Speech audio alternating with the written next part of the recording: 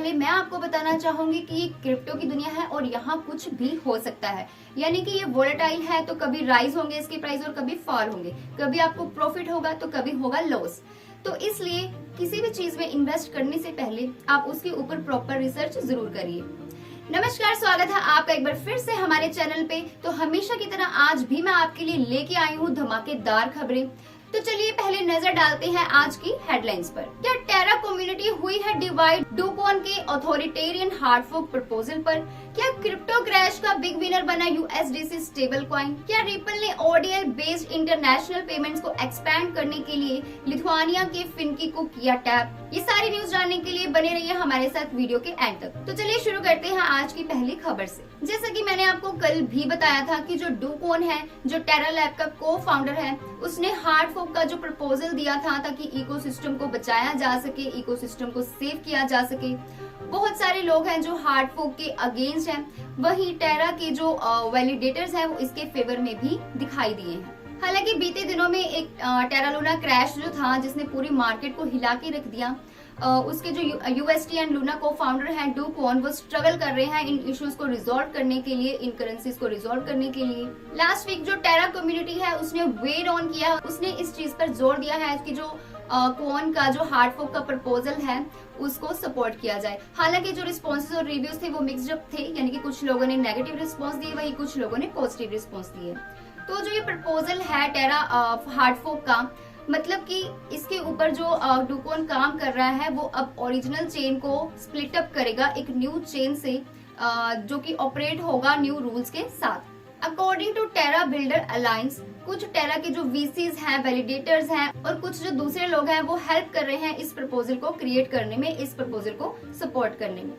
एक ट्वीट के अकॉर्डिंग, एक ट्वीट ने समराइज किया है इस प्रपोजल को, जिसपे कॉइन ने सजेस्ट किया है कि ओल्ड चेन को रेफर किया जाएगा एज टेरा क्लासिक गोइंग फॉरवर्ड, जबकि जो एग्जिस्टिंग लूना क्रिप्टो करेंसी है जो कि अपने हाई टाइम से यानी कि $116 से बिल्कुल जीरो पर आ गई थी, नीचे गिर गई, खत्म हो गई थी, उसको रीनेम किया जाएगा लूना क्लासिक और LUNC से। अब ये जो न्यू फोक्ड चेन की करेंसी है इसको रेफर किया जाएगा एज लूना।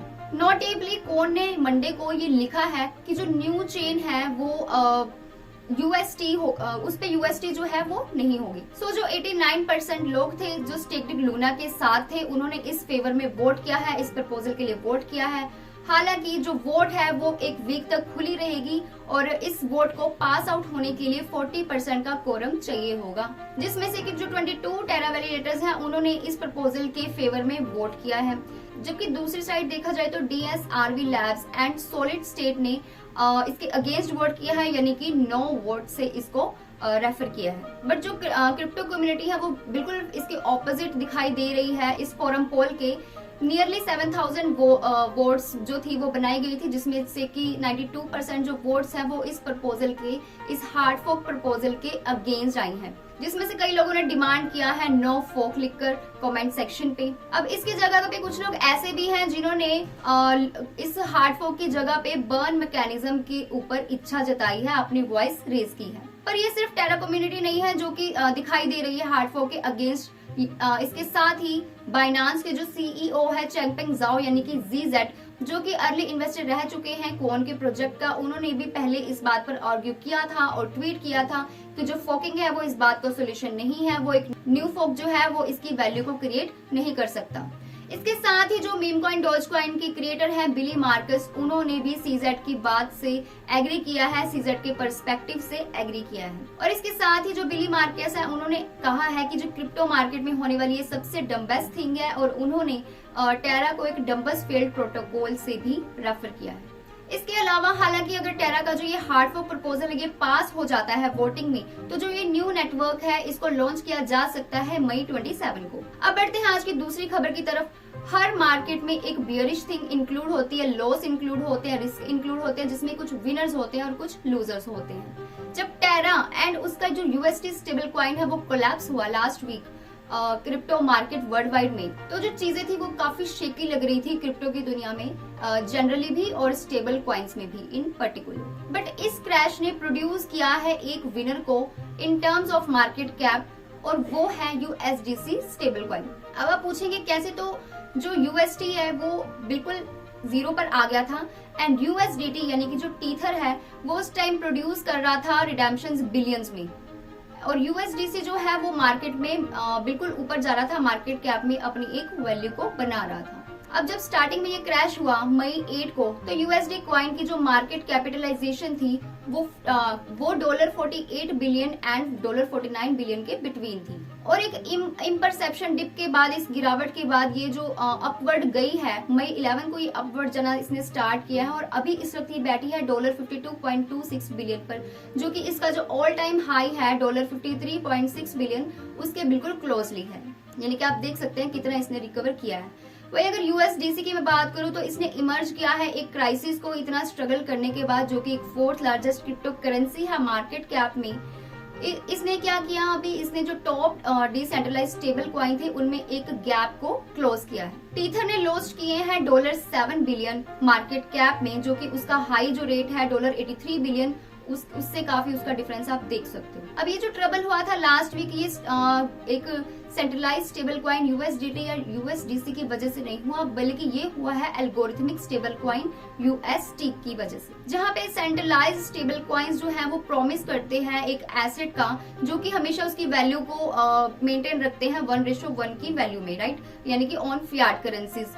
लाइक इसमें जो टेरा की यूएसटी है वो मेंटेन रखती है अपने डॉलर पैक को वाया डिसेंट्रलाइज्ड अल्टरनेटिव्स। वही टेरा के केस में जो होल्डर्स हैं यूएसटी के, वो ट्रेड कर सकते हैं स्टेबल कॉइन में फॉर $1 वर्थ ऑफ लूना। सो अगर जो यूएसटी है वो समहाउ ट्रेड करता है एट $0 पे भी, तो आर्बिट्रेजेस है वो सिंपली क्या करेंगे, वो अपने कॉइन को स्वैप करेंगे अपने इंटेंडेड रेट $1 से। बट जैसे पैक ब्रोक डाउन होता है तो टेरा के यूजर्स हैं उन्होंने नेटवर्क की यूटिलिटी पर क्वेश्चन किया और उन्होंने क्या किया, अपने यूएसटी को स्वैप करना स्टार्ट कर दिया लूना से, एंड देन जो लूना था वो डंप्ड हो गया, एंड जब लूना डंप्ड हुआ तो वो उसके प्राइस जो थे वो डिक्लाइन चले गए, बिल्कुल गिर गए, गिरावट आ गई। और ट्रेडर्स ने तब क्या किया, अपने कॉइन्स को स्वैप किया, अपने टोकन्स को स्वैप किया यूएसटी से, जो कि एक अपशोर था इस चीज का, जो कि जो एसेट्स की सर्कुलेशन ऑफ सप्लाई हो रही है वो बिल्कुल ऊपर जाते जाते नीचे गिरी, यानी कि जैसे एक बलून होता है ऊपर जाकर नीचे गिरता है, वैसे इसकी वैल्यू क्रैश हो गई।